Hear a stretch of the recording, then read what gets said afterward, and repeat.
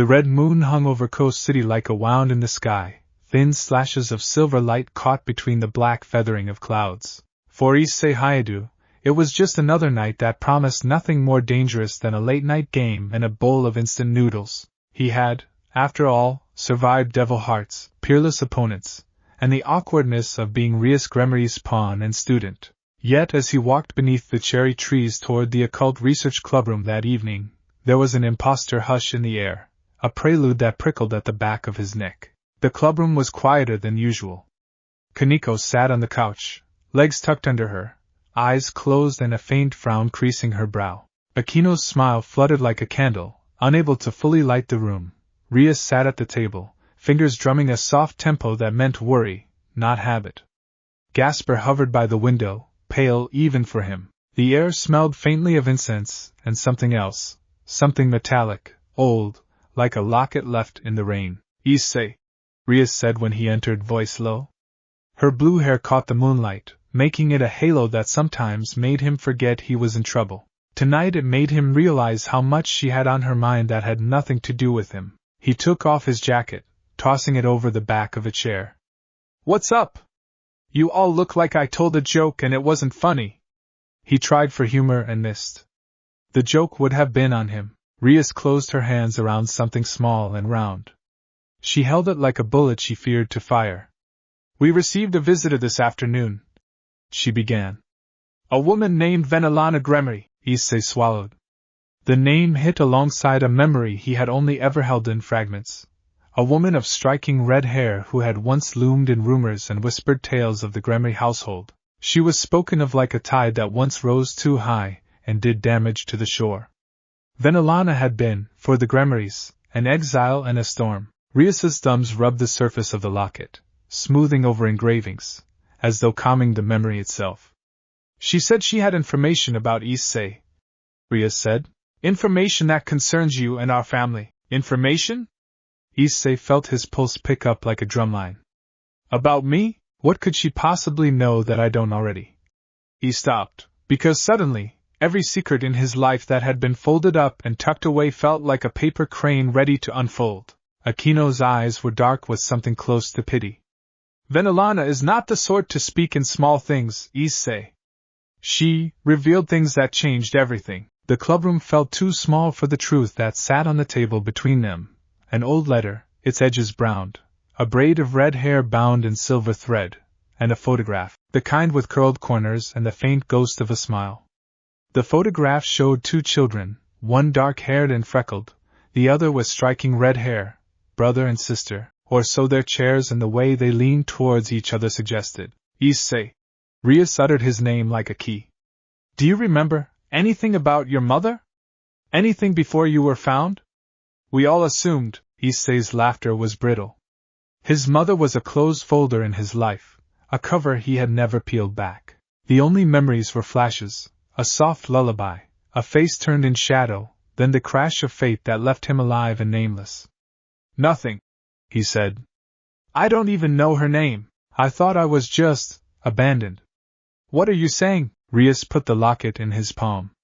It was warm, as though it had been held recently. Inside the locket's glass was a miniature of the photograph and a lock of hair the color of embers. "She said this belonged to your mother," Rias said. "And that your mother was of the Gremery bloodline." The world tilted. Issei could feel the edges of it. The library shelves, Kaneko's curled foot, the window where Gasper's breath fogged, slide sideways. Gremery, the name, once a symbol of power and aristocracy in the devil's world, felt absurd in his mouth, like speaking a language he had never learned. Vanelana had told Rias things. She had spoken in long, slow phrases, unspooling a story like a scroll, an old scandal, a pregnancy born of love and the dangerous passion of two people who might have shattered worlds if they had been given time. A secret kept because it had to be kept, and betrayal because it could not be born in the daylight. Vanelana's own path had been one of exile and keen-edged revenge. Yet instead of delivering a dagger to the Gremery heart, she had kept and protected. Who was she? Issei steadied his voice on a cliff's edge. My mother. Who was she really? Rias's gaze softened in a way that made his pulse ache. Her name was Liliane. She was a lesser-known branch of the Gremery household, Vanelana took responsibility, quietly, fiercely. She watched over you from the shadows. Watched me? Issei's laugh was a small, incredulous sound. All those times I got laughed at and crushed, someone from Gremry was watching? Why didn't you? You are not the only one who has secrets, Issei, Kaneko murmured. Her voice was neutral, but the hold of her paw tightened on her knee. Vanelana risked a lot. Rias's jaw tightened. She risked her life to keep the truth. She said she couldn't reveal it in the open for reasons tied to the old entities and to those who still hunt bloodlines. If word had leaked, you could have become a target that even we might not be able to protect you from. The clubroom spun into focus again, but now everything was under a new hue. The Gremry crest in Rias's study, the red of Akino's clothes, the locket's ember hair. It was a map that pointed at truths that had remained obscured. Issei clutched the locket like an anchor and let out a breath that tasted like someone else's name. Why tell us now? He asked. The question had teeth. Rias looked away to the window, the moon painting a scar across her face.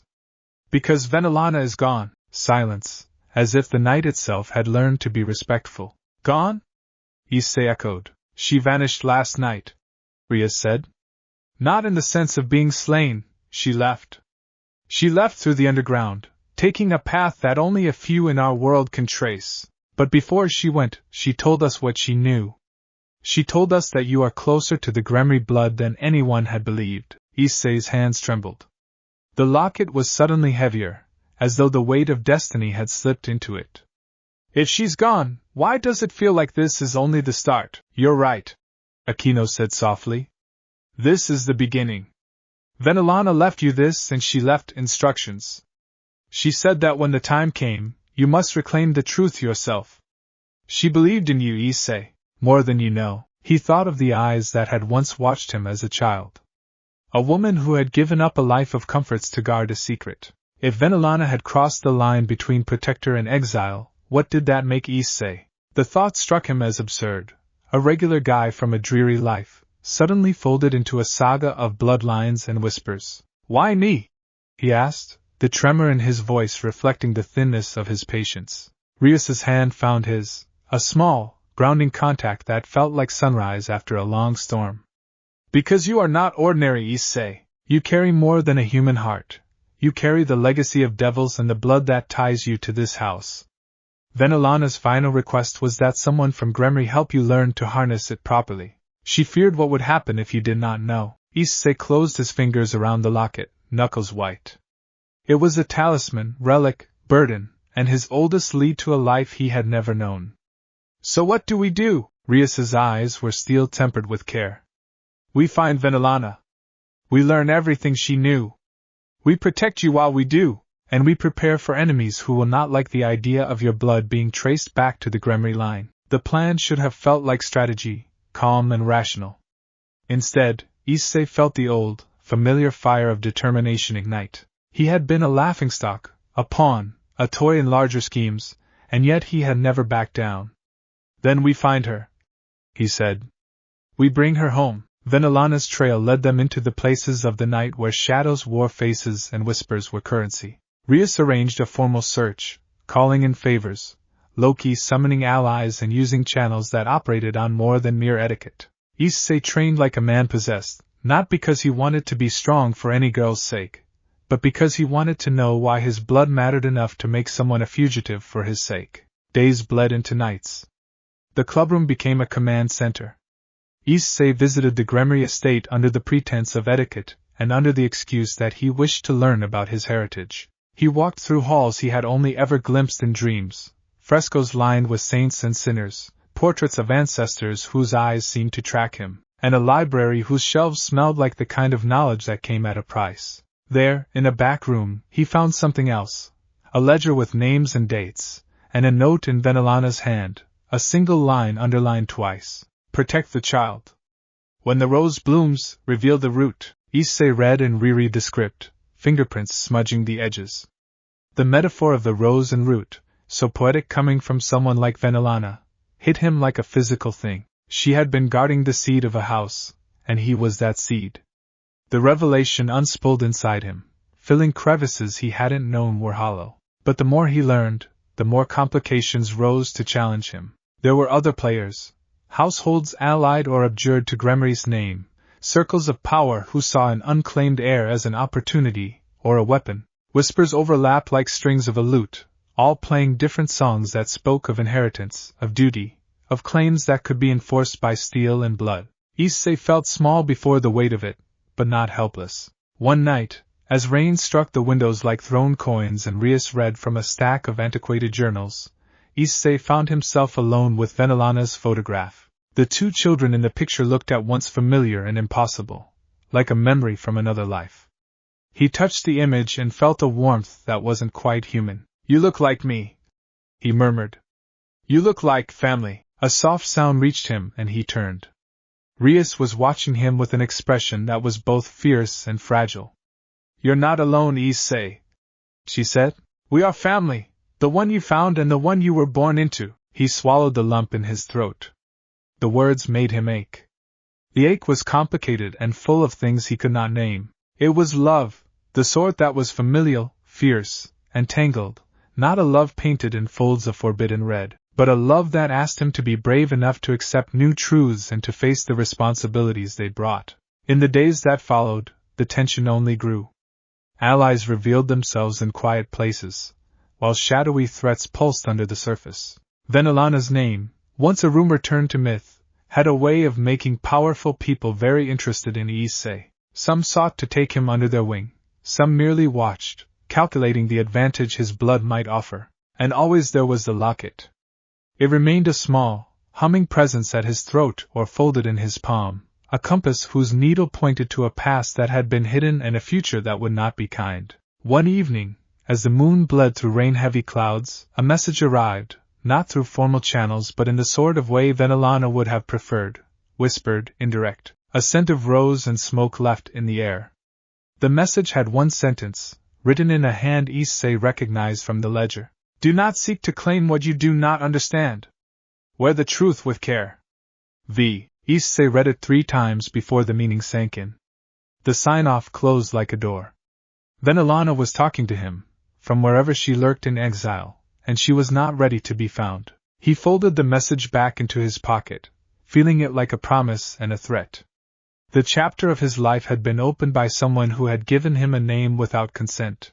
Now the book lay heavy in his hands and someone else's fingers traced the margins. He thought of the children in the photograph and the sound of Vanelana's handwriting. He thought of Rias, Aquino, Kaneko, the makeshift family that had taken him in, stitched him together when the world tried to tear him apart. He thought, too, of the woman who had guarded him in silence, and of a bloodline that had stretched its fingers into his life. There were so many ways to interpret a single truth. Issei slid the locket back into his palm and closed his fist. "Then I'll learn," he said aloud to the empty room, to the photograph, to the ghost of a woman who had played guardian and exile in equal measure. "I'll learn everything I have to. I'll protect what I'm given. And I'll prove I'm more than a story." Outside, lightning stitched the clouds with a white ferocity. Inside, Issei felt like a seed cracking its shell. The world had changed for him irrevocably. Vanelana's absence was a hollow that echoed. The search would go on. Allegiances would be tested.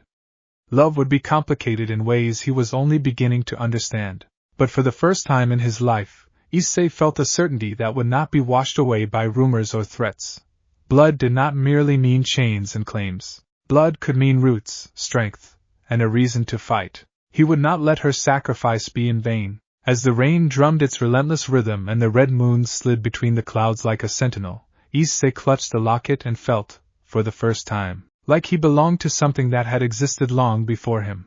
A family tangled in scandal and devotion, a legacy that had found him by chance and by will. Whatever Vanelana had been to him, protector, exile, anonymous guardian, she had tied his fate to hers by the thinnest of threads.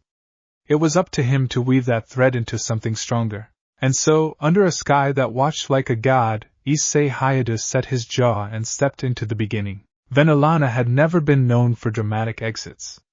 She preferred the economy of a shadow, the quiet that came after a blade had been sheathed. Yet that night, as she walked the old route beneath the city where the gutters remembered footsteps like old friends, every nerve in her body tasted danger like copper on the tongue.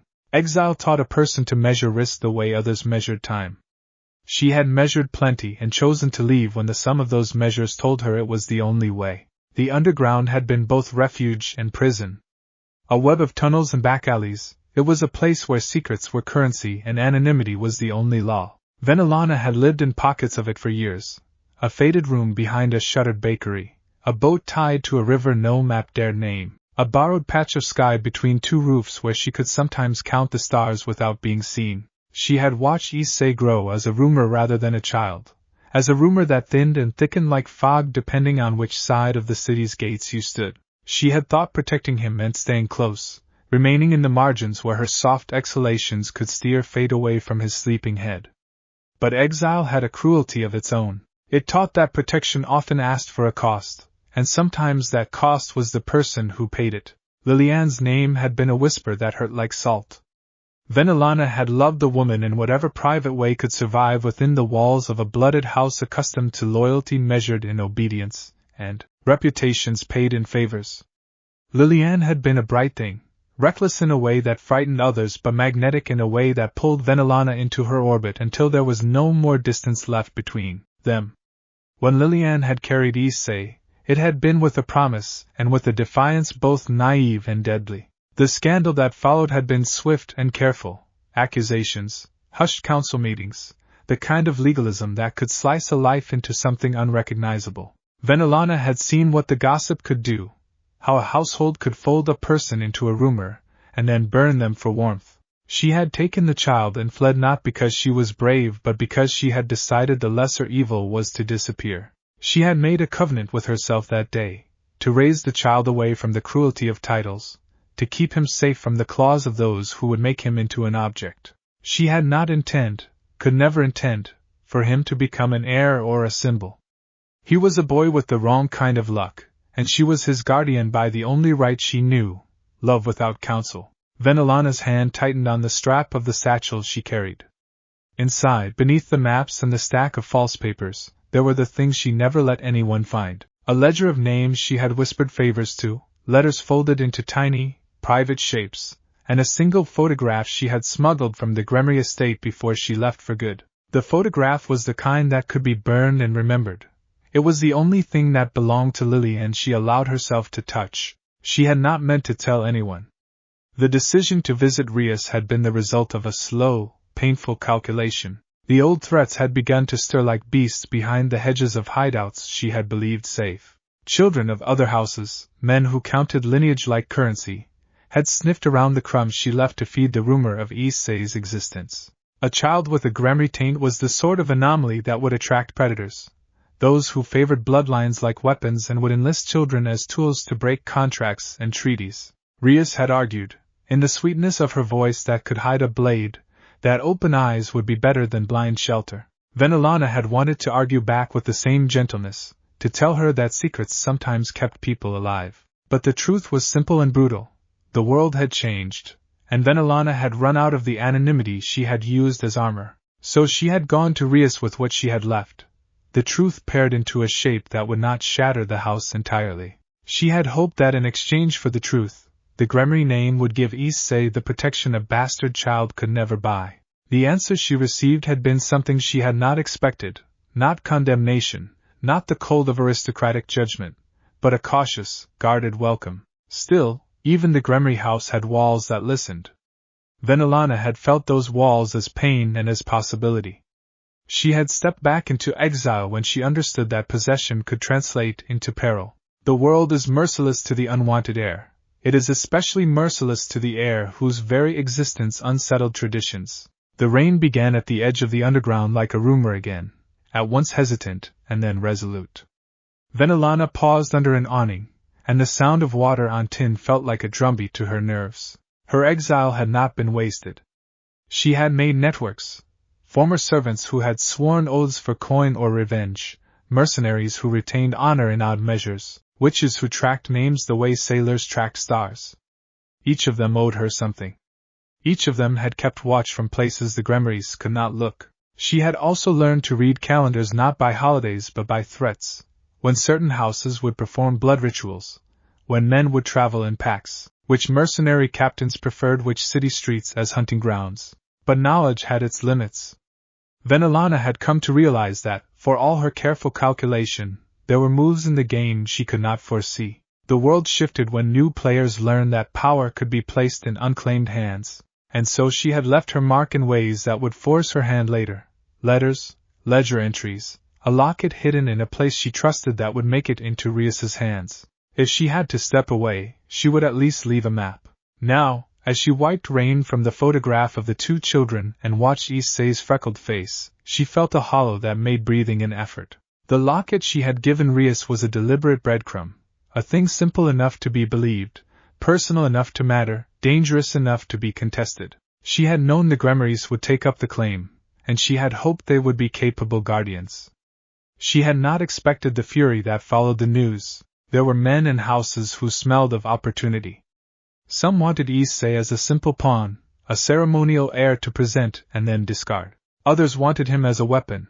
His blood could claim titles that would tilt treaties. There were even those who spoke of purification, of returning bloodlines to a purer state. The language of blood had always been urgent, and it was often stained. Vanelana had chosen to vanish again when she learned that certain houses had begun bargaining for him in alleys and in the soft, perfumed rooms of diplomats. She could not let him become a currency. The thought of Issei being paraded as an emblem of someone's prestige made her hands shake an old anger into motion. She had left because her presence would have made him visible. She had left because she was, in many ways, more useful as a ghost. She could move unseen, pull threads, sabotage a meeting, deliver a message that turned the tide. Her exile was a tactic as much as it was punishment, but exile had become a threat and not simply a tool. Vanelana felt the net tightening. Houses she had once negotiated with were now talking openly about solutions that required fewer complications. Her informants had been replaced, or worse, bought.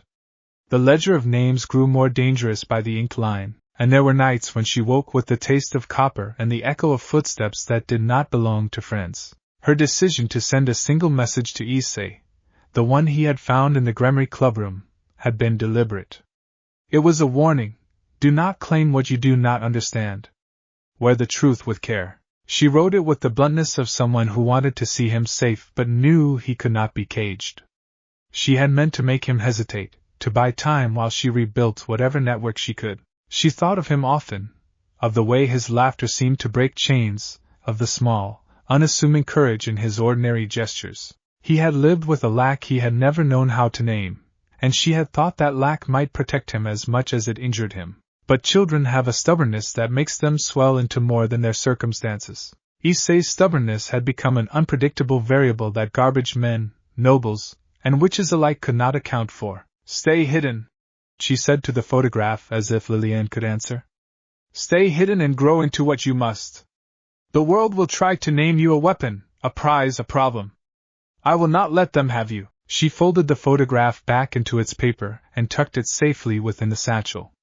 There were more moves to be made, men to meet in the alleys, favors to call, and a list of names she had to erase from ledger pages by means she did not enjoy. Vanelana glanced up at the sky. The rain had turned the city into a mirror of blurred lights. Somewhere, a carriage sighed, and a torch guttered. She felt the ache of being both necessary and expendable. It was a weight she had accepted, but acceptance did not soften the sting. Her choice, for all its righteousness, had been selfish too. She had taken from Liliane a child as much as she had given protection. They had both been bent by necessity. The guilt was a wound she dressed in routine and discipline. It was also the source of the fierce tenderness she felt when she thought of Issei, the tenderness that had made it impossible for her to claim comfort in exile when she could do more work by moving in the dark. Vanelana stood and walked on. The underground swallowed her like a story returning to the margins. If the Gremarys could keep Issei safe, perhaps she could find a way to return someday, not as an accuser but as a guardian whose hands were clean and whose debts had been paid. For now, she would watch and interfere when needed. She would sabotage auctions and bribe watchmen and break sigils when the price was worth the risk. She would rebuild the network she had once let go stale. She would keep the secret alive long enough for Issei to choose what to do with it. Because this was what families had always asked of some people, to be the invisible seam that held the garment together when the rest of the house tore itself apart. Vanelana had always been willing to be that seam. Even if it was painful, even if it meant walking alone in a rain of whispers. She pressed her palm to the photograph one last time and whispered into the night. "Grow strong, little one. Not for the world, but for yourself." Then she melted into the underground and became, once more, the wind before a storm. The morning that followed felt too bright for what Issei had learned.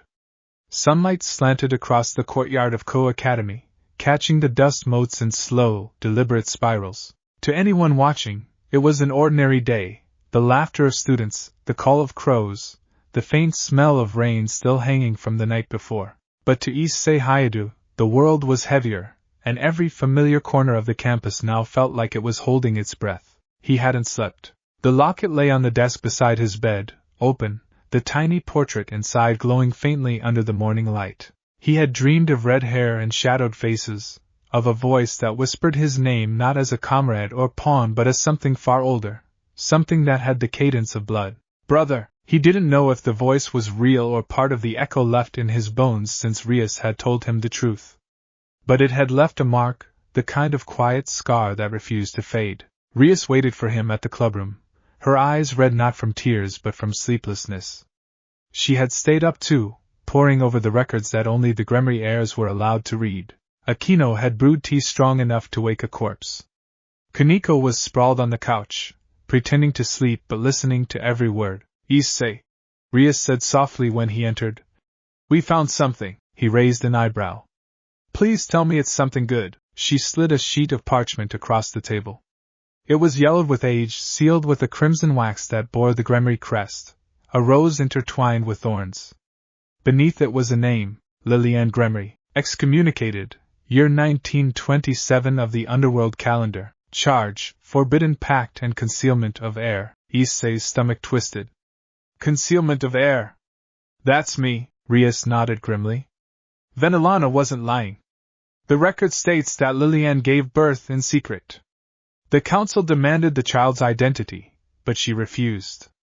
Vanelana took the blame and disappeared soon after. The family sealed the record until now. So, Issei muttered, pacing. My mom was cast out, Vanelana ran, and I got dropped into the human world like a lost letter, more or less, Aquino said, her tone unusually flat. But there's something else. The council didn't close the case. There's a bounty, not for you, but for Vanelana. They claim she stole a blood fragment of the Gremory heirloom. Blood fragment? Rias's eyes darkened. The Gremory bloodstone. It's an artifact tied to our line, said to strengthen the bond between family members and magnify the power of their demonic heritage. It's also how the household identifies legitimate heirs. If Vanelana took it, she could have used it to hide me, Issei realized. It's how I stayed off their radar all these years. Kaneko opened one eye. If she used the bloodstone to protect you, others can track it now. That's why the underground's getting noisy. Meaning? Rias hesitated. Meaning, the other houses will come. Some to recruit you. Some to kill you. The room went still. Even Aquino's usual teasing air evaporated into the air like smoke. Issei let out a low laugh, more of disbelief than humor. So I've got half the underworld wanting to shake my hand and the other half wanting my head. Great, you're not alone, Rias said quickly. You're part of my peerage. My family. Whatever they think you are, they'll have to go through me first. He met her eyes, and for a moment, he saw something flicker there, a mix of fear, determination, and something more personal, something fragile. Rias, but before he could say more, the door burst open. A man stepped through, tall and wrapped in a coat the color of night. His hair was silver-streaked with black, and his eyes gleamed gold like molten metal. Rias rose immediately. Lord Zephyr Gremory, she said, her voice taut. Uncle, the title sent a jolt through Issei. The resemblance was unmistakable, the same red eyes, though colder, more calculating. Rias, Zephyr said, tone soft but cutting. So it's true. You've sheltered him. Rias moved in front of Issei, instinctively protective. He's family. Zephyr's lips curved in something like a smile, but it didn't reach his eyes. Family? You invoke that word too easily, child. He is the bastard born of betrayal and rebellion. His existence undermines the house. Issei felt anger rise in his chest. Funny, I didn't realize blood made someone less of a person. Zephyr's eyes flicked to him. You have your mother's insolence. And your aunt's stubbornness. A dangerous combination. Akino's fingers twitched, lightning dancing briefly between them. Careful what you say in my clubroom, Lord Zephyr. Zephyr ignored her. You will bring him to the estate, Rias. The council demands his presence. They wish to determine his legitimacy. Determine? Rias snapped. You mean dissect. The word you're looking for is verify. His voice didn't rise, but it was iron. Do not make this harder. You are still under obligation to the family. Rias's power flared, crimson light pooling around her. And I am the head of my own peerage. You will not touch him without my consent. The tension in the room crackled. Kaneko stood silently, ready. Akino smiled sweetly, but her aura hummed with restrained violence. Issei, for his part, was done being quiet. Tell your council they can wait. I don't dance to anyone's orders. I've got a few questions of my own first. Zephyr studied him for a long moment. Then he smiled faintly. You truly are her son. And then he was gone, vanishing in a shimmer of magic, leaving only the faint smell of sulfur and the echo of his voice. Time runs faster than blood, boy. Remember that. The days that followed were chaos. Rumors spread through the underworld like wildfire. The lost Gremriere had been found. Factions began to align. Some nobles whispered that Issei's existence was proof of corruption in the Gremri name. Others claimed it was a sign of prophecy, the rebirth of a bloodline stronger than ever. Rias doubled security around Ko Academy. Devils loyal to her family guarded the perimeters at night. Akino patrolled the skies. Even Sona Citri, usually detached from Gremri affairs, offered assistance in the form of magical wards and silent support. But Issei could feel the net closing in. Wherever he went, eyes followed. Whispers trailed behind him. At night, he trained harder than ever, drawing on his boosted gear until his arms burned. He pushed himself past exhaustion, desperate to be ready for whatever was coming. But every time he closed his eyes, he saw Vanelana's face in fragments, a ghost of someone who felt both near and impossibly distant. Why did you leave? He murmured one night, staring at the stars. Why me? As if in answer, the locket pulsed faintly against his chest. And then, her voice. Soft, echoing, barely audible. Because you were never meant to be their weapon. He froze. The voice was clear this time. No dream, no illusion. Vanelana? He whispered. The air shimmered, and for a heartbeat, her silhouette appeared before him, faint, like moonlight reflected on water. Her eyes, green like emeralds, met his. Listen carefully, Issei. They will come for you. The council fears what you carry. What do I carry? Her expression softened. The true blood of the first Gremri. The one even the devils forgot. It runs through you, and through me. He stepped forward, but the vision began to fade. Wait. Where are you? Find the bloodstone. Before they do, and she was gone. The locket cooled, its glow dimming to nothing. Issei stood in the empty courtyard, wind tugging at his jacket, the night silent again. But now there was purpose in his veins, and fear, and something fiercer than both. He looked toward the horizon where the underworld stars still faintly glimmered, and he whispered, All right, Vanelana. I'll find it.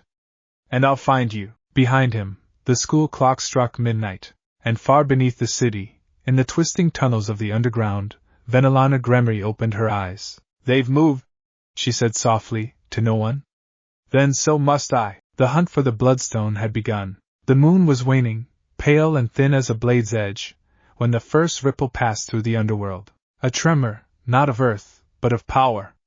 Old magic stirring, threads of ancient lineage vibrating in resonance to something that had just awakened. For Issei Hayadu, it started as a dream. He was standing in a cathedral made of stone and flame. The air hummed like a heartbeat. At the altar stood Vanelana, her red hair flowing, her eyes bright and sad. Behind her, carved into the wall, was the Gremri sigil, and at its center, a hollow shape where something once belonged, the bloodstone. Vanelana's lips moved, but her words came as whispers in his skull. Every drop of blood carries memory. Every air carries judgment. You must find it before they rewrite your name. He reached toward her, and the world shattered. Issei woke with a gasp, his sheets soaked in sweat, his hand burning. He looked down to find a faint symbol glowing on his palm, a crimson rose surrounded by flame. It pulsed once, twice, then sank beneath his skin. Damn it! He muttered, clutching his wrist. What did you do to me, Vanelana? The clock on his wall read 3:15 a.m., and the night outside felt alive. When he reached the clubroom, Rias was already waiting. She looked like she hadn't slept, her eyes shadowed but alert. Aquino leaned against the window, the morning light glinting off the faint electricity that danced between her fingers. You felt it too? Rias asked quietly. Yeah, Issei said. It wasn't just a dream, was it? No. The entire underworld felt it. Something old, something tied to the Gremry bloodline, just reactivated. Kaneko, munching a pocky stick like it was her weapon of choice, glanced up. Bloodstone, Issei nodded. Vanelana told me to find it. Rias's eyes sharpened. She contacted you? Sort of. More like her spirit or something. She said the bloodstone's awake and that I need to reach it before the council does. Rias pressed her lips together. Then we move now. Before they erase whatever she left behind. Aquino grinned. You make it sound like we're going treasure hunting, Kaneko stretched. Treasure hunting with assassins waiting. Fun. By evening, they were standing in front of an ancient gate, the entrance to the old Gremry catacombs. Few devils dared to enter. It was said the tunnels beneath the family estate predated even Lucifer himself. The stone was alive with sigils that pulsed faintly when Rias approached, recognizing her as kin. The air was cold, heavy with dust and memory. As they stepped inside, torches lit themselves in sequence, casting flickering light on murals that told stories Issei had never heard, stories of a time before the Gremrys were nobles, when they were something older, wilder, closer to gods than devils. And at the heart of those murals, one image kept returning, a woman with hair of fire and eyes like his own. Vanelana. No, older. The first Gremry. The one whose bloodline Vanelana had spoken of. Lilith Gremry, Rias whispered, tracing the image. The founder. The bloodstone was said to hold her essence, her will. So that's what they want, Issei murmured. Power enough to control the will of the first devil in our line, and to rewrite history, Aquino added, her voice grim. If they get it, they could erase Vanelana's rebellion. Erase you? Issei's fists clenched. Then let's make sure they don't. Meanwhile, far below the underworld's surface, Vanelana was already bleeding. The battle had started hours ago, an ambush she'd barely escaped. 3 assassins, cloaked in noble crests from the Veilfar house, had intercepted her in the old sewer tunnels beneath Glassstone. Their blades were laced with angelic poison, a cruel irony, devils using holy weapons to kill their own. But Vanelana Gremry was not easy prey. Her magic flowed like wildfire, not elegant, but devastating. Her wings flared molten red, as she slammed her palms into the ground. Crimson sigils spread like cracks in reality, and from them rose chains of light that wrapped around one assassin's neck. She pulled, hard, and the sound that followed was not one easily forgotten. The other 2 retreated, muttering curses, vanishing into smoke. She fell to one knee, gasping, her hand clutching her side. The wound burned like ice. They had found her because of the bloodstone's awakening, and that meant... Issei had felt it too, her vision blurred, but she forced herself to move. Every pulse of pain reminded her that she didn't have much time. The poison was crawling through her veins, and even her power couldn't keep it still for long. She needed sanctuary. She needed to reach the shrine, the bloodstone's resting place, before the council's hunters did. Because once the artifact was claimed, whoever held it could command the blood of every Gremry alive, including her. Including Rias. Including Issei. Back in the catacombs, Issei and the others had reached the central chamber, a vast hall carved into the rock, lit by rivers of molten energy that flowed beneath glass floors. In the center, upon a dais, stood an obsidian pedestal, and above it, suspended in air, floated a gem the size of a heart, the bloodstone. It pulsed softly, a living rhythm. Each beat seemed to echo with whispers, voices overlapping, thousands of them, too many to understand, too ancient to silence. Rias stared, mesmerized. It's beautiful. It's alive, Kaneko corrected. Akino frowned. And it's reacting to Issei. He stepped closer, drawn like a moth to flame. The moment he did, the bloodstone flared, bright crimson, brighter, until the entire chamber glowed. And then it spoke. Heir of my blood. The voice was neither male nor female, vast, like thunder speaking through memory. Your name is unsealed. The gem's light enveloped Issei. His vision filled with images. Liliane, Vanelana, a line of ancestors stretching back into fire and shadow. He saw the first wars, the sealing of the bloodstone, the betrayal that tore the family apart. He saw Vanelana standing before the council, defiant, shielding a child with her wings. And then he saw himself, a boy reborn, a name restored. When the light faded, Issei was on his knees, trembling. What happened? Rias asked, rushing to his side. I saw everything, he whispered. The truth. The Gremrys weren't just a noble house. We were guardians, keepers of the seal between realms. And the bloodstone isn't just power. It's the lock. Rias froze. The lock to what? Before Issei could answer, the temperature in the chamber dropped. A circle of black flame erupted at the far end of the room. From it stepped a figure wrapped in silver armor, his face hidden behind a demonic mask. Zephyr Gremry. Well done, boy, Zephyr said, his voice smooth and venomous. You've awakened it for me, uncle. Rias spat. You planned this, of course, Zephyr said, spreading his arms. Why waste centuries searching when I can let the bastard child of our line do the work for me? Issei stood, fury burning behind his eyes. You won't touch it, Zephyr laughed softly. I already have. He raised his hand, and the bloodstone's glow flickered. The gem trembled, as if torn between two masters. Issei felt pain sear through his veins, the same crimson mark on his palm blazing bright. Zephyr's eyes narrowed. Ah. So Vanelana used you as the vessel, Rias gasped. What? Zephyr smiled behind his mask.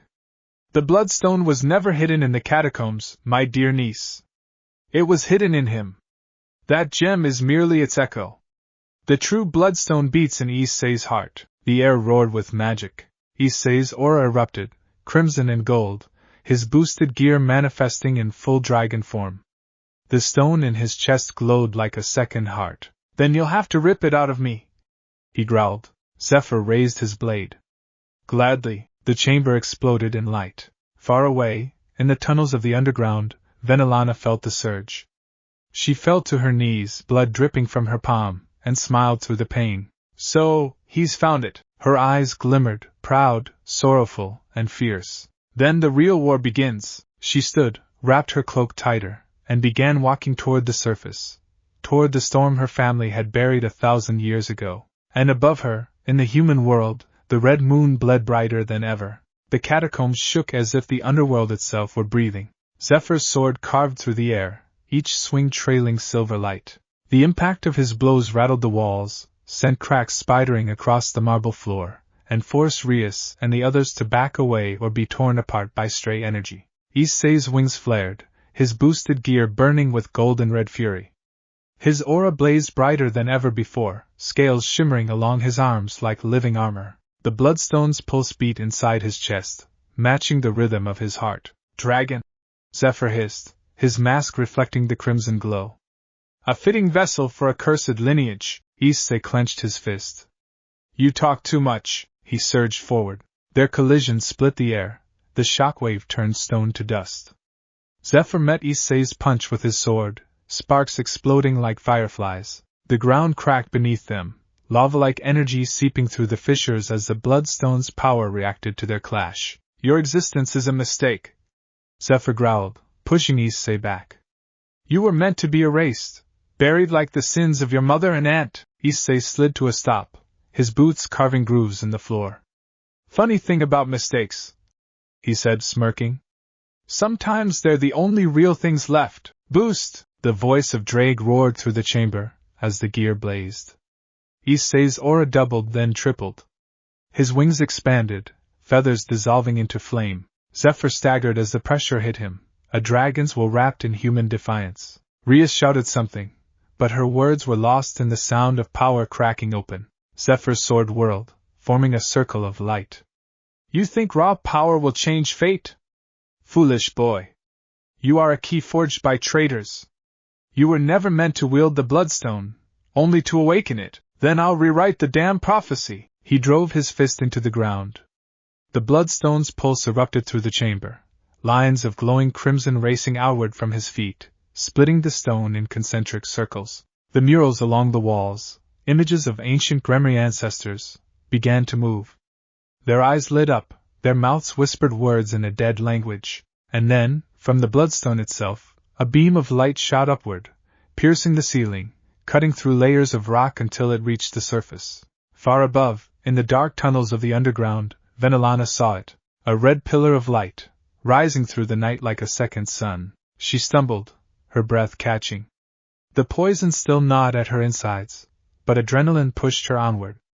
The bloodstone had awakened fully now. She could feel it in her blood, the same energy thrumming in her veins, resonating with her heart like a twin pulse. He's fighting, she whispered. He's found me. She tightened her grip on the hilt of her blade and began to run. In the catacombs, Zephyr's patience cracked. The air around him warped as he unleashed his full power, his wings unfurled, black and vast, his aura turning the light dim. Magic circles appeared around him, 10, 20, spinning like halos of destruction. I will cleanse our name, he declared. Even if I must burn our bloodline to do it. He thrust his sword forward, and the magic circles fired all at once. Bolts of silver energy screamed across the chamber. Issei barely managed to raise his arms in time. The boosted gear flared, blocking some of the blasts, but the impact sent him flying backward into the wall. Pain tore through his side. He coughed blood, and laughed. You talk like an old man afraid of change. Zephyr appeared in front of him in a blur, sword descending. Issei caught the blade between his gauntlets, muscles straining, the edge inches from his neck. You don't deserve her blood, Zephyr snarled.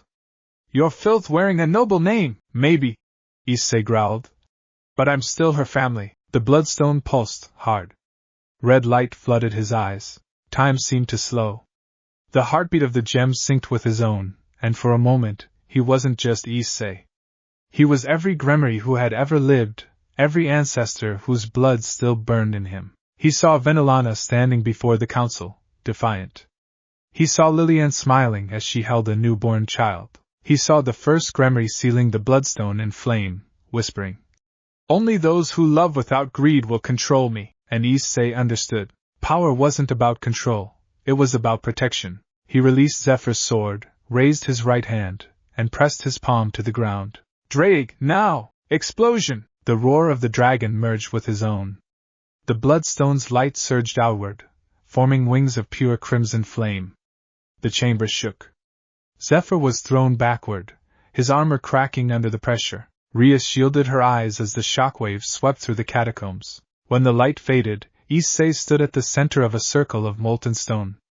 The locket around his neck glowed faintly, Vanelana's keepsake, resonating with the bloodstone's energy. Zephyr rose, armor smoking, his mask fractured. His face, pale, scarred, furious, twisted into disbelief. Impossible! You wanted a true Gremry? Issei said quietly. You're looking at him. Zephyr raised his sword again, but before he could strike, a second voice cut through the air. Enough! Both froze. The temperature dropped. The torches dimmed. Vanelana Gremry stepped from the shadows at the edge of the chamber, her cloak torn, blood staining her side, her hair wild but her eyes sharp as ever. Rhys gasped. Mother! Vanelana's gaze swept over the scene, Zephyr's ruined armor, the molten floor, the bloodstone pulsing above them. Then her eyes found Issei, and softened. You've grown, she whispered. And you found it. Issei's chest tightened. You're real. I've always been real, she said with a faint smile. I just couldn't show myself until you were ready. Zephyr's fury boiled over. You, traitor! You've doomed us all! The bloodstone belongs to the council. Vanelana turned to him slowly. The council belongs to power, not truth. You forgot that long ago. You'll destroy our lineage. No, she said, stepping closer, her voice calm and lethal. I'll free it. In one motion she drew her sword. A thin silver blade, old, unadorned, but humming with the same crimson energy as the bloodstone. Zephyr swung his own weapon, roaring. Their swords met, and time stopped. The impact rang like a bell. Power cascaded outward in rippling waves, shaking the entire chamber. Rias and Aquino shielded themselves behind a barrier, Kaneko bracing her stance. When the light faded, Zephyr was on his knees, his sword shattered. Vanelana stood behind him, her blade pressed gently against the back of his neck. "You're not my enemy, Zephyr," she said softly. "But if you keep serving fear, you'll never be my kin again." He froze, and vanished in a flash of teleportation, retreating through the shadows. Vanelana exhaled slowly, lowering her blade. For a long moment, no one spoke. Then she turned to Issei. "You hold the bloodstone now," she said. "Not as an heir. As its guardian. The power inside you, it will change everything about what the grimoires are." Issei's eyes met hers. "Then teach me how to use it." Her smile was tired but proud. "I thought you'd say that." Rias stepped forward, still in disbelief. "Mother, all this time, I did what I had to," Vanelana said, her voice softening.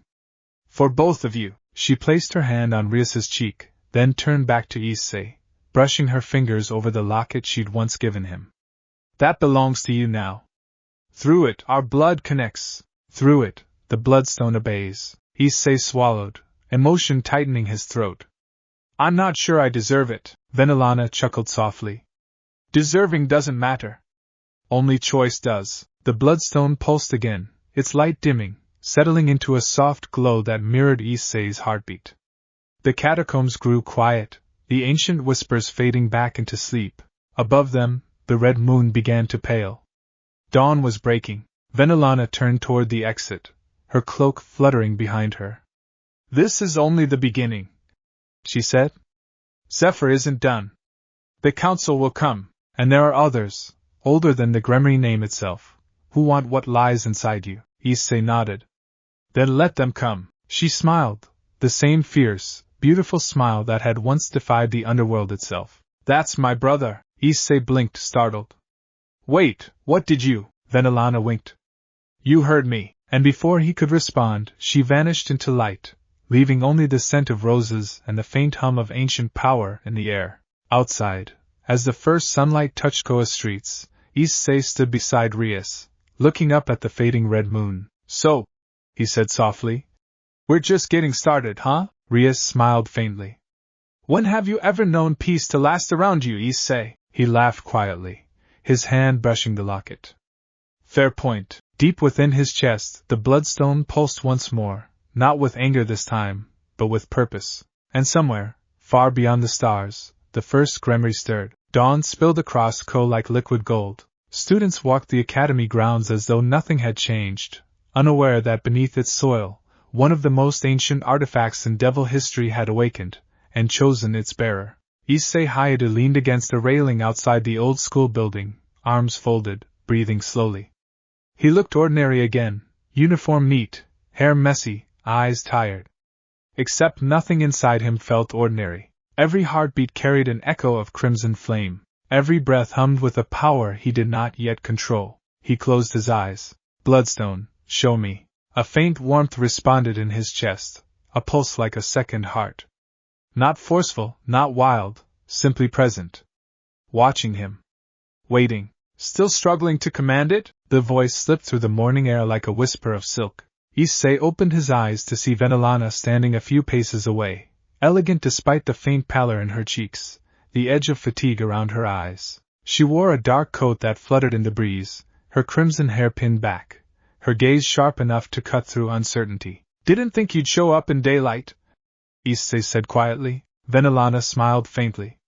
"When one walks in shadows too long, sunlight becomes necessary." She approached him, each step deliberate and graceful.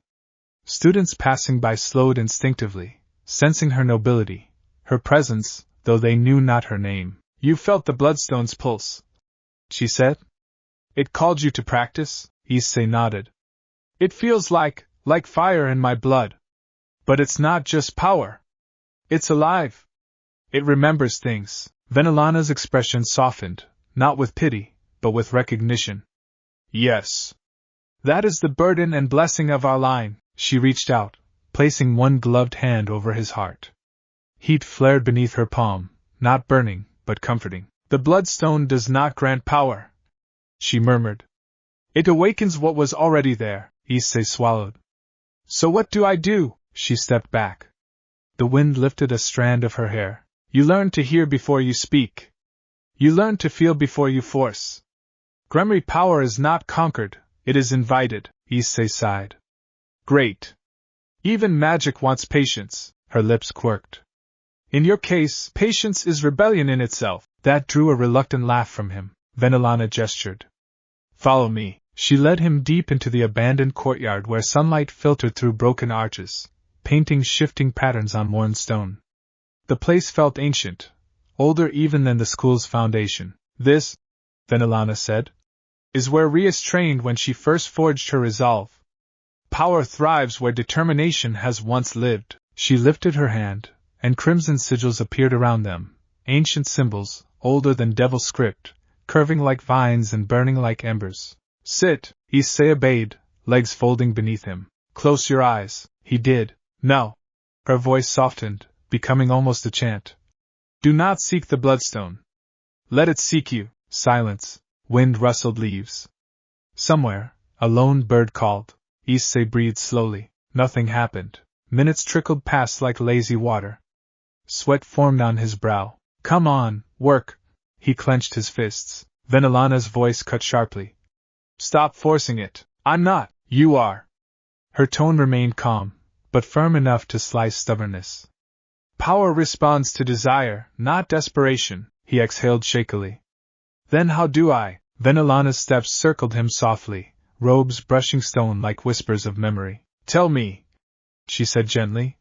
What do you want, Issei? He opened his mouth, then stopped. So many answers crowded his throat at once. To be strong, to protect everyone, to understand his past, to not feel alone again, to prove his life mattered. But beneath them all was one truth that suddenly felt heavy and fragile. I want to belong. Silence followed, deeper now, as though even the wind held its breath. Vanelana stopped behind him. That, she whispered, is the most honest desire of all. Warmth spread through his chest, gentle, like a flame cupped in careful hands. The bloodstone pulsed. Issei inhaled sharply as visions flickered behind his eyes, not violent this time, but soft, as though memories flowed through him. A woman holding a child close under starlight, a sister wiping tears from her sibling's face, a family kneeling before a blazing red gem, a vow whispered into the universe. Blood means love before it means power. His heart stuttered. Vanelana's voice reached him again, this time like a lullaby. Now rise. He stood slowly. Heat coiled beneath his skin, but it did not hurt. It warmed. Extend your hand, she instructed. He lifted his palm. Do not command, she said. Invite. He exhaled and whispered. Show me. A faint red flame flickered above his palm, delicate, trembling like a newly lit candle. His breath caught. I did it. Vanelana smiled, truly smiled, and placed her hand atop his. You listened. That is the first step. The flame grew, swirling in gentle spirals, not destructive but alive, curious. It feels, Issei murmured, voice thick with awe. Warm. Like someone's holding my hand. That is our magic, she said softly. We are not the house of domination, nor of conquest. We are the house of bonds. Her eyes softened, ancient grief lingering at their edges. That is why the council fears us most. They do not understand power born of love. Issei stared at the flame. Then I'll protect it, she nodded once. You must. Because there are those who will twist this gift, who would turn it into chain and sword. He looked up, eyes hardening. Zephyr, and others, she whispered. Devils who believe blood exists to be controlled. Men who would unravel our very history to rewrite their own. Her gaze sharpened like steel drawn from velvet. And they are coming. Issei extinguished the flame with a slow breath. The bloodstone's pulse steadied, like a promise answered. When? He asked. A new voice answered from the archway, cold, smooth, echoing. Now. Issei and Vanelana turned sharply. A figure stepped forward, tall, adorned in royal crimson armor etched with sigils of ancient authority. His presence pressed the air down, bending light itself. A ring of 12 obsidian triangles hovered behind him like wings forged from nightmare. Vanelana's eyes narrowed. Council Knight. The man removed his hood, revealing hair white as snow, eyes like cruel stars. Vanelana Gremory, he said calmly. And the boy who carries the stolen heart of the founder, Issei bristled. Stolen? It chose me. Relics do not choose, the man murmured. They obey lineage. And your existence, his eyes glinted with disdain, was never meant to be. He lifted one hand. The ground cracked. Air tightened. By decree of the 12 thrones, he said, voice echoing like a courtroom's gavel. Issei Hayadu, bastard of forbidden blood, you are hereby condemned. Vanelana stepped in front of Issei, crimson aura flaring. If you wish to touch him, you will pass through me. The knight tilted his head. So be it. Power crashed into the courtyard like a storm breaking the sky. Issei's pulse roared. He stepped forward, shoulder to shoulder with Vanelana, flame rising behind his eyes. If you think I'm letting you take me, he said, voice low and steady, you haven't met me yet. The knight smirked faintly. Then allow me to be your first lesson. He raised his hand. In what it means to defy God. The council hall of the underworld was not made of stone or steel. It was made of silence. Vast and circular, carved from obsidian and suspended in void, it shimmered with the faint light of souls bound within its walls. 12 thrones stood equidistant around a pit of black flame that served as both illumination and judge. Above them, no ceiling, only endless dark sky and the faint shimmer of starlight that never reached the ground. And at the head of the 12, the High Arbiter spoke. His voice was smooth, ageless, and heavy with the weight of law. The Bloodstone has awakened. The words hung like a verdict. One of the figures, a woman in golden armor, hair like woven moonlight, leaned forward. Her eyes gleamed, sharp and merciless. Impossible. The seals were absolute. Vanelana Gremory could not have survived the punishment, much less revived the artifact. A man opposite her, robed in grey mist, chuckled softly. His laughter slithered like smoke. And yet the proof burns above Ko, does it not? That crimson light pierced even our wards. The Bloodstone lives, and has chosen a host. Another voice, deep and weary. A child by all reports. Issei Hayadu. Mortal-born, unranked, untrained. He cannot possibly control what lies within. That, the Arbiter replied, is precisely why he must be contained. The pit's black fire flickered, images forming within its depths. The moment Issei had stood before Zephyr, crimson wings unfurled, the bloodstone pulsing in his chest. The flame replayed his defiance, his strength, his declaration.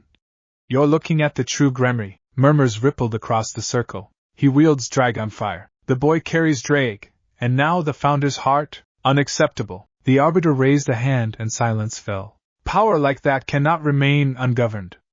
Vanelana's rebellion has already tarnished her house's name. This will unbalance everything we built, the golden-armored woman sneered. Then let us kill him and end this farce. The mist-robed man chuckled again. Kill him? Foolish. That boy is a walking relic. If he dies, the Bloodstone will seek another host, perhaps one beyond our reach. Better to capture. Study. Reforge the bond under council command. The Arbiter's pale eyes reflected the dark flame.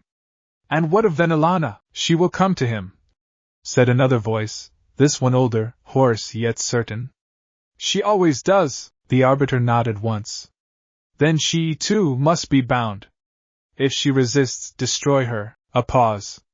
Then his next words echoed through the chamber like a spell carved into time itself. Summon the Knights of Verdict. Invoke the throne edict of bloodline containment. The Gremory name ends with this generation. At that very moment, in a sunlit room above Ko Academy, Rias Gremory broke her teacup. The porcelain shattered in her hand, tea splattering across the floor, the sound sharp as the words she had just read. Aquino blinked from across the table. Rias? Rias stared at the parchment in her trembling hands. The crimson seal of the 12 thrones burned into its top corner, and the message below it written in formal script that left no room for interpretation. House Gremory is under sanction. All affiliates and heirs are subject to containment or execution should they resist. Her lips moved soundlessly at first. Then she whispered, They've declared war on us. Kaniko's tail stiffened. What? The council? Ria said, her voice shaking. They've invoked the edict. The last time that law was used was during the Lucifer Purge. Aquino finished grimly. When they erased half of the old devil families, the air went heavy, as if the room itself knew the gravity of what had been spoken. For a moment, no one moved. Then Ria straightened, her hand closing around the broken teacup's handle until her knuckles whitened. Get everyone, she said quietly. All peerages. All allies. Aquino's eyes narrowed. You're calling a council of your own. Rias nodded once, eyes bright with fury. If they want a war of bloodlines, they'll have to face what blood truly means. By evening, the occult research clubroom had become a war chamber. Maps of the underworld, sigil charts, and tactical arrays covered the walls. Sona Citri stood near the window, her usual calm expression replaced with cold calculation. Beside her, Tsubaki adjusted her glasses, analyzing council patrol routes. Azazel's holographic projection flickered on a corner monitor, his wings faintly visible through static. This is worse than I thought, Azazel muttered. The 12 thrones haven't moved like this since the old Satan faction fell. They're unifying every loyalist under the promise of purity of power. That's code for cleansing bloodlines. So, Sona said softly, they intend to erase Vanelana's rebellion, and anyone tied to her blood. Her gaze slid to Rias, and Issei. Rias's hands trembled slightly, but her voice was steady. They won't touch him. Not while I'm alive, Azazel smirked faintly. Careful, princess. You sound like your mother. Rias looked up at the hologram. Then maybe it's about time I do. Across the room, Issei sat quietly, eyes shadowed, listening. He'd heard the entire discussion, every word about the council, the bounty on his head, the threat to his friends. His fist rested over his chest where the bloodstone pulsed softly, like a heartbeat reminding him that this wasn't just his fight anymore. Vanelana stood behind him, silent, her expression unreadable. The faint glow of magic healed the last of her injuries, though she still looked tired, the exhaustion of one who had seen too many wars. Mother, Ria said, turning to her. What do we do? Vanelana's eyes drifted over the gathered faces, her daughter, her son, her allies. Then she spoke, her voice calm, commanding. We stop being victims of the council's story. Sona frowned. Meaning? Vanelana stepped forward, her aura spreading, not violent, but heavy, regal. The kind of presence that silences rooms without raising a blade. They've ruled through fear and control for centuries. They forgot why the noble houses were created in the first place, to protect, not to dominate. They've turned bloodlines into prisons, but we, she gestured to Issei, carry something older. The bloodstone isn't just power. It's memory. It remembers what we were before the thrones existed. Her gaze swept across them, burning with conviction. We remind them. Issei blinked. Remind them, how? A smile tugged at her lips, small, dangerous, and full of pride. By uniting every house they've broken. Aquino's eyes widened. You mean? Yes, Vanelana said. We find those who've been cast out. The fallen families. The bloodlines silenced by decree. The ones who lost their names for defying the thrones. The Gremries once led them all before power corrupted our purpose. It's time to lead again. Rias exhaled. You're talking about rebellion. Vanelana's eyes flashed. No.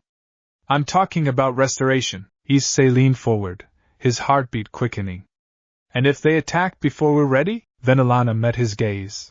Then you will do what I once couldn't. What's that? Stand as the heart of our bloodline, not as its weapon. Far away, in the underworld, the 12 thrones prepared their army. Silver banners unfurled across the black citadel of judgment.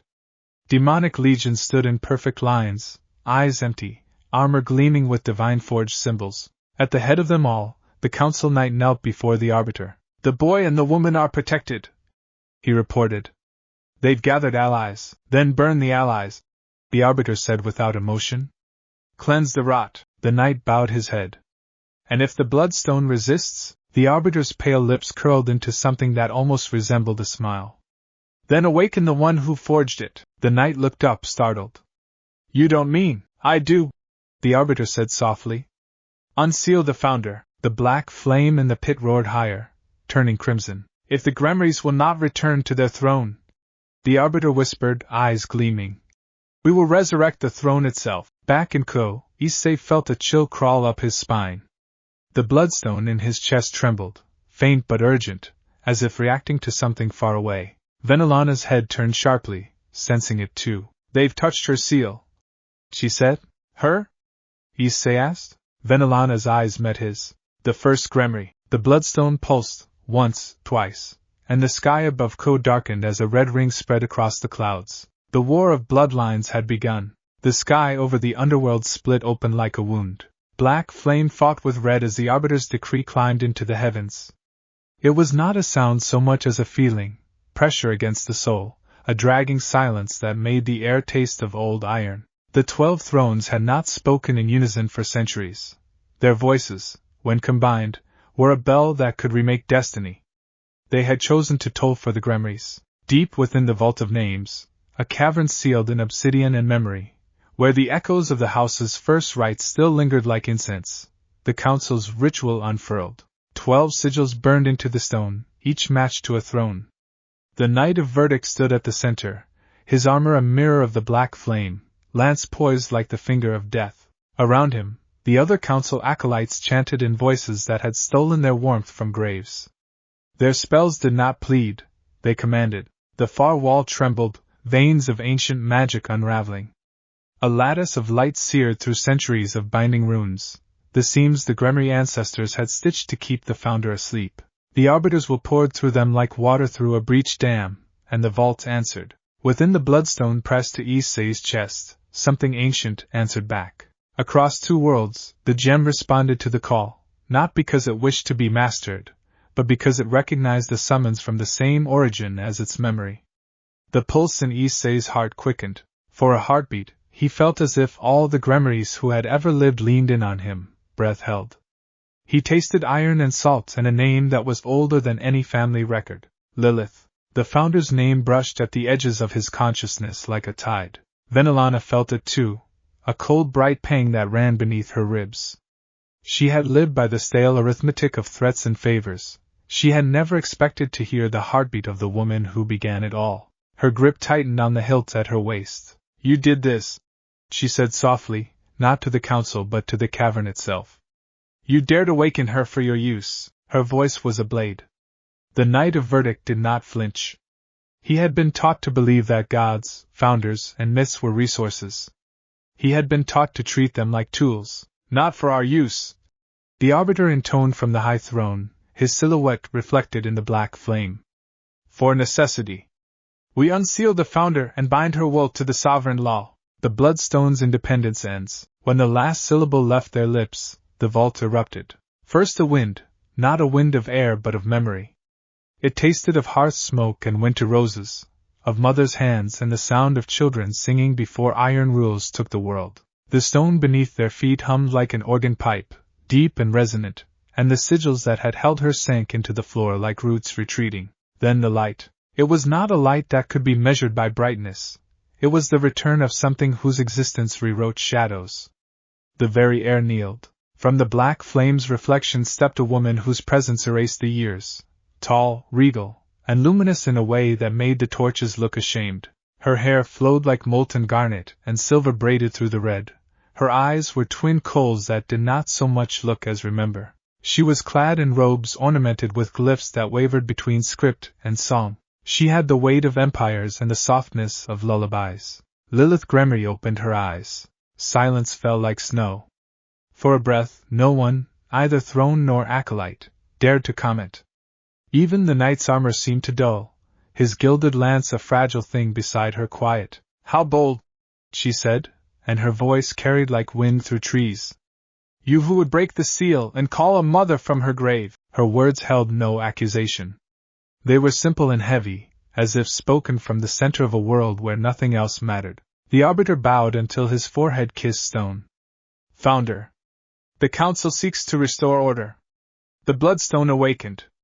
It must be governed. Lilith's lips curled, not in amusement but in the geometry of someone who had seen cycles and grew bored of repeating errors. She turned her head, and her gaze swept the circle, the thrones, the black flame, the knight who had dared to stand at their heart. "I remember a vow," she said softer now.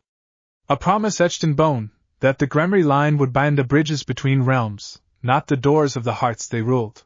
I remember the warmth of hands joined for protection, not the grip of chains." A murmur went through the hall like wind through wheat. The arbiter measured her with a devotion that had calcified into entitlement. "And yet you were sealed because you were dangerous. Dangerous to whom?" Lilith's question uncoiled like a snake. "To those who made fear their profession? Or to those who loved too freely?" Her voice threaded a truth that was not new but had been forgotten. It sliced cleanly through the council's hard-won certainties. The night of verdict shifted. "Founder," he began. She turned to him then, the corners of her eyes crinkling like the edges of a map. "You call this order?" she asked. He lifted his head. "We call it survival." Lilith's expression thinned to something colder than frost. Then she stepped toward him. The bloodstone throbbing inside Issei flared in answer, a stab of recognition, and the founder's gaze crossed the plains to fix on the boy at the heart of the gem. There was no tenderness in the way she looked at him, but there was a recognition that felt older than mercy. "You," she said, as if speaking into a roomless space. "The child who wears my echo." Issei felt it like a hand on his shoulder, and then like a verdict. Memories, not his own, but woven into his marrow, unfurled, fields of red roses, voices murmuring spells over a sleeping infant, a lullaby about a house that would learn to protect instead of dominate. He staggered, breast shallow. Vanellana's hand found his back, steady and firm. Rias's presence pressed at his side like a shield. Lilith smiled then, and the smile terrified and healed in equal measure. "You carry what I left behind," she said. "Not my chains, but my memory." The arbiter's jaw hardened. "We demand the bloodstone be bound to the throne. We will place control into institutional hands." Lilith's laugh was a bell, bright and cold. "Your thrones are built on the graves of small mercies. You would dress law in my bones and call it restoration." "Founder," the arbiter said, voice brittle with protocol, "your resurrection cannot be allowed to destabilize the order." Lilith's gaze slid to the throne and lingered on the black flame. For a moment, the skin around her eyes darkened and sorrow flared across her face, an ancient grief that seemed to crouch beneath the surface. "Order," she whispered, "is a religion of the frightened." She reached toward the black fire. Her palm hovered above it, and the flame recoiled as though in recognition. Lilith's hand glowed with a soft crimson as she touched nothing and yet rewrote everything. "Then let us test what we have claimed," she said. "If the bloodstone remembers love, let it speak. If it remembers chains, let it prove them now." The arbiter drew breath to protest. The knight of verdict lifted his lance to attack. Lilith closed her eyes, and her voice fell like velvet over steel. "Issei Hayadu." The name came like a bell. It was an address, a blessing, an awakening. The bloodstone inside Issei flared so fiercely that the vault's walls shivered.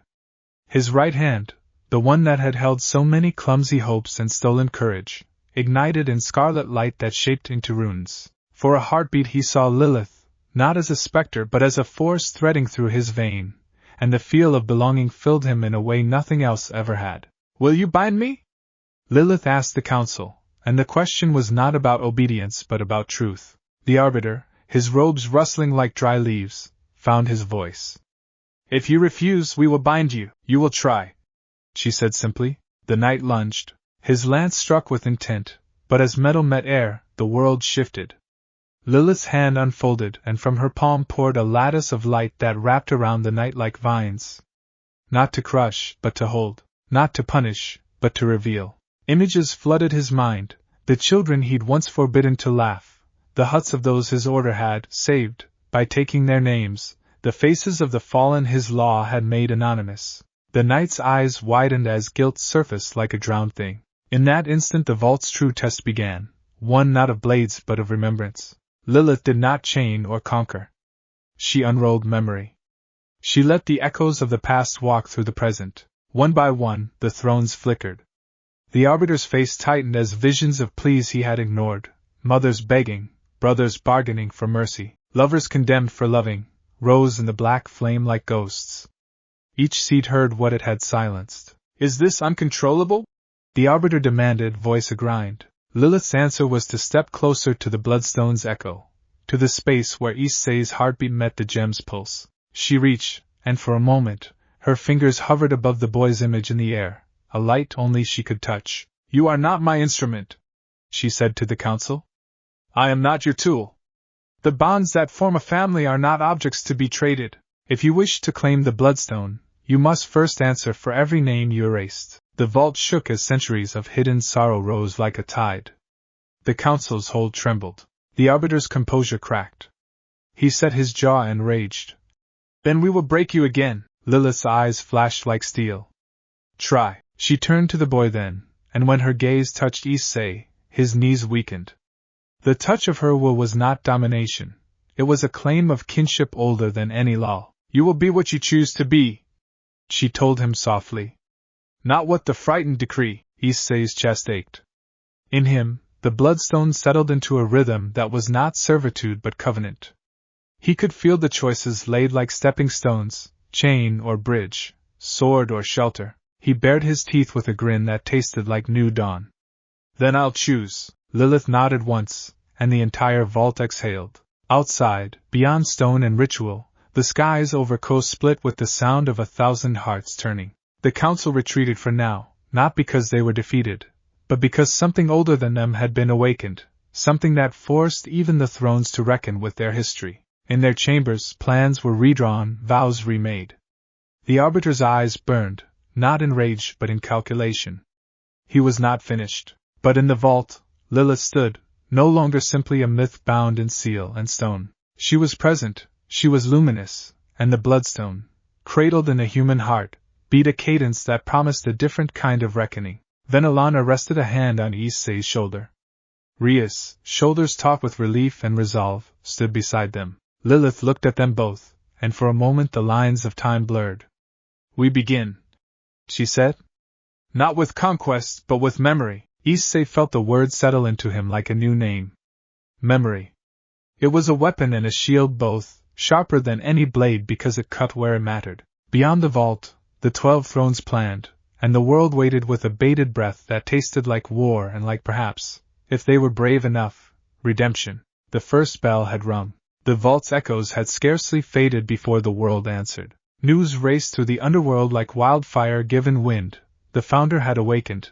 Lilith stood within the vault. The bloodstone beat in a human chest. The council's decree had been defied. Some whispered in fear. Others whispered in hope. The sound of rumors stitched itself into battle plans and prayers alike. Rias moved with the calm of someone who had been born to stand in the center of storms. She had been raised in tapestries of politics and etiquette, but leadership was more than station. It was the willingness to stand where blades would fall. She called her allies with the quiet insistence of someone who believed the world could still be mended, not broken. Vanelana, still limbed by fatigue and the aftertaste of poison, walked like a woman remade. The wounds on her side had scabbed, but every step betrayed the price paid.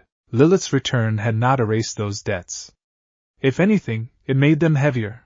Now the Gremry name was not only a shield but a banner, and banners attract sharpened eyes. Issei felt the bloodstone in his chest like a pulse that answered the whole sky. It whispered memories he had not lived and choices he had not yet made. The gist of those whispers was simple: be a bridge, not a blade. He tried being everything else's life, pawn, joke, hero for a moment, and the new truth settled on him with the steady weight of responsibility. "We need allies," Vanelana said in the room that had become their command center. She stood before a map dotted with names, sigils, and shaky lines that marked routes, safe houses, and broken oaths. Not just strength. Houses that remember what it feels like to be protected, not owned. Rias nodded. There are enough wounds in the underworld. Families the council stripped of names, mercenary clans that once kept their own codes, witches who were left to rot. Those who will listen when we say the thrones are not justice, they are the jailers of memory. Aquino's smile, usually teasing, was tight. We gather the forgotten, then. That may be the only thing the council never saw coming. Sona Citri, who had arrived with formal banners and the hard prudence of the Citri house at her back, folded her hands. It is risky. Any house that joins us will become a target, but unity amplifies a single voice into many. If we stand as a chorus, the houses who tremble in silence will find the courage to speak. Kaneko, who rarely spoke unless a thought had reached the point of necessary action, tapped a point on the map that showed the ruins of a minor noble family once known as the Harroways. They have grudge against the 12, she said simply. Issei's eyes lit. The Harroways? I've heard of them. They were wiped out for refusing to sell blood rights to certain markets. If they want justice, they want a place to belong, Vanelana whispered. And we can offer more than revenge. We can offer restoration. So they began. Word traveled in ways old and new. Messengers were dispatched with clipped instructions. Glyphs were burned into bread crust for those who remembered secret sigils. Old contracts were read in rusted rooms where the air still smelled of torn velvet and unshed tears. Some houses vowed aloud. Fear turned their voices brittle.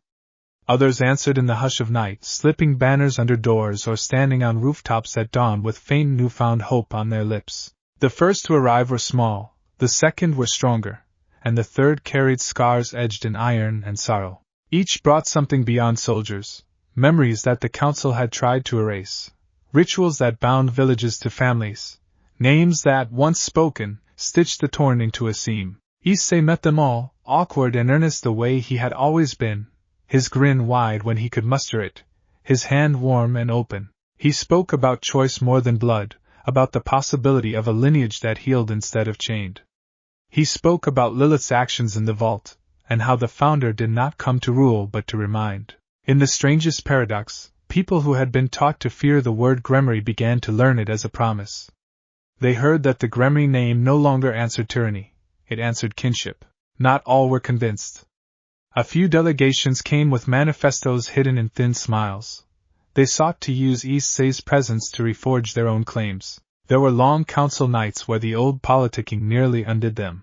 Vanelana's patience was tested again and again, old wounds flaring with the temptation to use force rather than coax the wounded into trust. But each night ended with the same insistence. The movement would not become a mirror of those it opposed. We do not build an army to conquer, Vanelana told a room full of new adherents, her voice steady. We build a coalition that remembers what it means to protect the small hearths, the quiet midnights, the children who will grow into strangers if we do not keep them safe. They rallied under banners that were not gilded with entitlement but stitched with symbols of home, simple images, a hearth, a rose, an open hand. The coalition of remembrance, some called it quietly when the moon pressed upon their plans. Names that had been buried in the council's decrees returned to life like embers coaxed from dust. The 12 thrones did not sleep while such embers lit new fires. The arbiter convened a council without refrain. In the obsidian hall, the men and women of the thrones reclawed their hands into plans. Fears seethed through their logic. Healed memories are dangerous, the arbiter said, voice hard as flint. If the founder's return inspires reclamation, the balance of command collapses. We will not, cannot, allow a house to be reborn on the back of chaos. You speak of control, the golden-armored woman sneered. You mean keep the order that keeps us secure, a younger throne, eyes sharp like a hawk, added. Containment is still the solution. Capture the boy and the seed in him. Bind the bloodstone to the throne's laws. Capture? Another scoffed. You still do not see the problem. The bloodstone chose a living heart. It will not be forged into an instrument without consent. We must break it. That would destroy the Gremory legacy entirely, muttered an elder who had seen too many cycles. If we shatter the bloodstone, what will replace it? A vacuum swallows all. The arbiter's stare was a slow burn. Then we will install something stronger. He looked at the Knight of Verdict, whose eyes had not left the map sprawled with coalition forces forming at the edge of Kuo. Awaken the Charter of Sovereignty. Bring forth the executors. The knight inclined his head, the weight of that unsaid mission heavy on his shoulders. And if Lilith resists, then we enforce our will, the arbiter replied. We must not let sentiment guide us. Outside the hall, in the black corridors, instruments of enforcement clicked like the gears of a well-oiled machine. Matchsticks of subterfuge were lit. Spies were sent to infiltrate the coalition's fringe. Phantom pamphlets appeared in streets at night, sown with doubt. The council did what it did best. It attempted to starve the ember before it became a blaze. Back in Ko, the coalition's first battles were not fought with lances but with truth. They reclaimed a small village that had once been under the citry's shadow, its banners shredded and sold at market. The villagers were stunned to see their names spoken aloud again. Tears fell like rain as names were remembered. Children, whose parents had been stripped of lineage for generations, learned the syllables they had been told were forbidden. In the markets, Gremry sigils were no longer only signs of power but references to the act of remembering. People brought scraps of old music, recipes, secret prayers, anything that tied them to something more than the cold edicts of the 12. There were skirmishes, too, ambushed messengers, night raids by hired thugs sent by lesser thrones who believed in quick eradication rather than slow persuasion. Issei found himself on the front lines at times, not from bravado but because he could not sit idle. He fought not to claim titles but to protect a bakery where an old woman had carved the name of her lost brother into the flour bin. He stood in a doorway wielding a chair leg while Akino lanced the attackers with bolts of lightning, Kaneko moving like a blade, and Rias holding the line with a calm that made him feel invincible. There were casualties too, small, terrible things that cut deeper than battle scars. A messenger was taken and never returned. A farmhouse burned in a night so black it tasted like ash. The 10,000 small losses accumulated like pebbles in a riverbed, until they might, by momentum, become a dam. Every loss tightened Issei's jaw. Every victory loosened a space inside him that fear had occupied.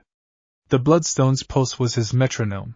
It guided him away from despair and towards stubborn hope. Lilith did not remain idle.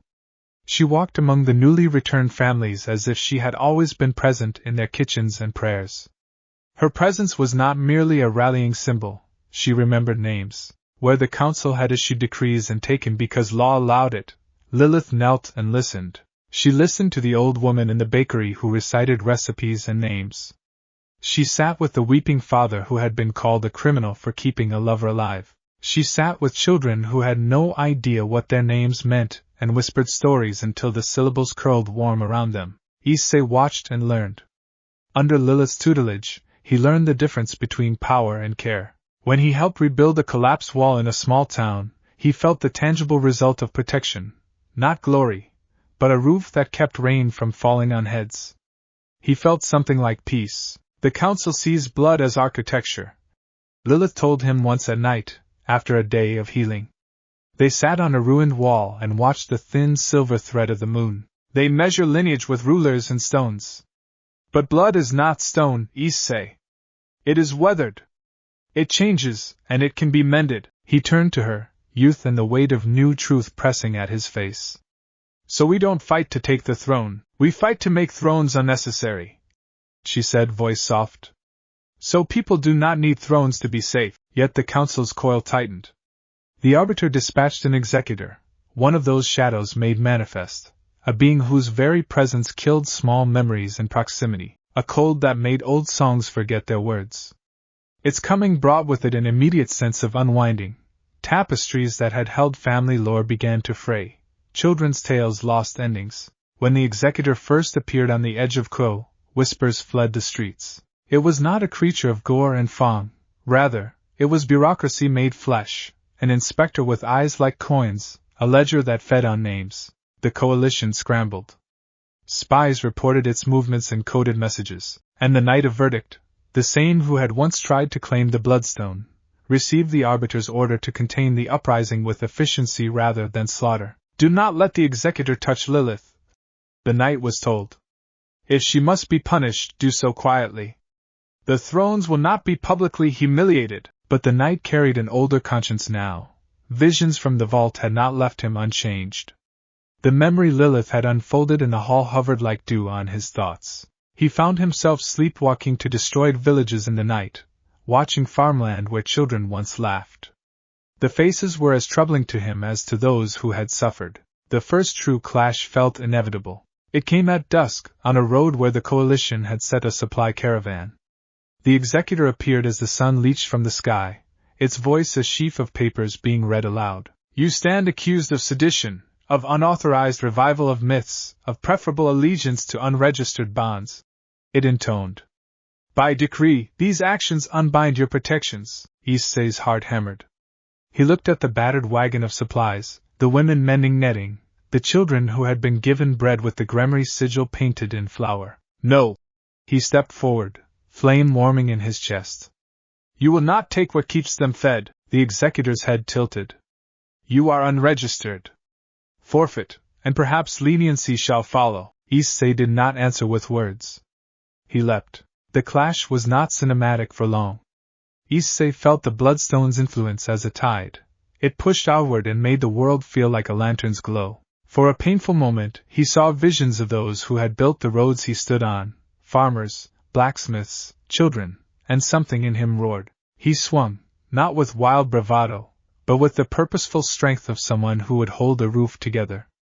The executor reared, a phantom ledger unfurling. Around them, Aquino and Kaneko moved as a well-oiled team. Rias cut paths with magic both fierce and surgical. Vanelana bore down with the stoic force of a commander who had been tested and tempered. When the dust finally settled, the executor lay broken, its ledger scattered like confetti, the cold it carried melting under the warmth of the coalition's steadfastness. The people gathered around the wagon erupted in a cheer that was raw and human. But the victory was not without cost. Several of the villagers had been injured. Some would bear the scars of that night for the rest of their lives. The coalition had saved supplies and houses, but the message from the thrones was clear. Escalation was certain. At dawn, the arbiter convened in the hall and watched the glowing reports. The knight of verdict bowed but did not hide the lines of doubt etched into his face. You hesitated, the arbiter said. Your restraint nearly cost everything. The knight met his gaze. I saw what we did. I cannot unsee faces. The arbiter's response was a quiet code. We will escalate. We will send the eraser host. We will unmake the memory itself if we must. The knight's hand tightened on his lance. The room's light dimmed with the gravity of intent. Outside, the plan unfurled like a machine. In the coalition's war room, Issei learned what leadership tasted like. Bitter tea, sleepless nights, and the fierce joy of a child who remembers a name once lost. He also learned the limits of himself, and that he needed others not as a crutch but as a network of hearts that made him stronger. Lilith spoke rarely of the future. Instead, she taught him to listen. She taught him that each person carried a story that mattered more than a law.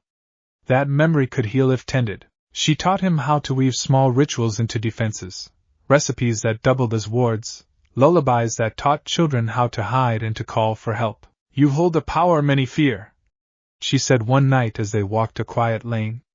But power alone does not make a home.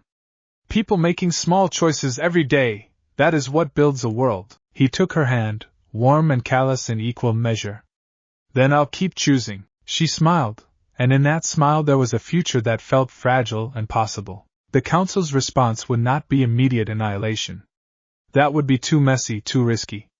Instead, the thrones planned attrition, a strangulation of memory that would choke the coalition slowly. Executors would dissociate alliances, ambassadors would be bribed, children would be turned against teachers.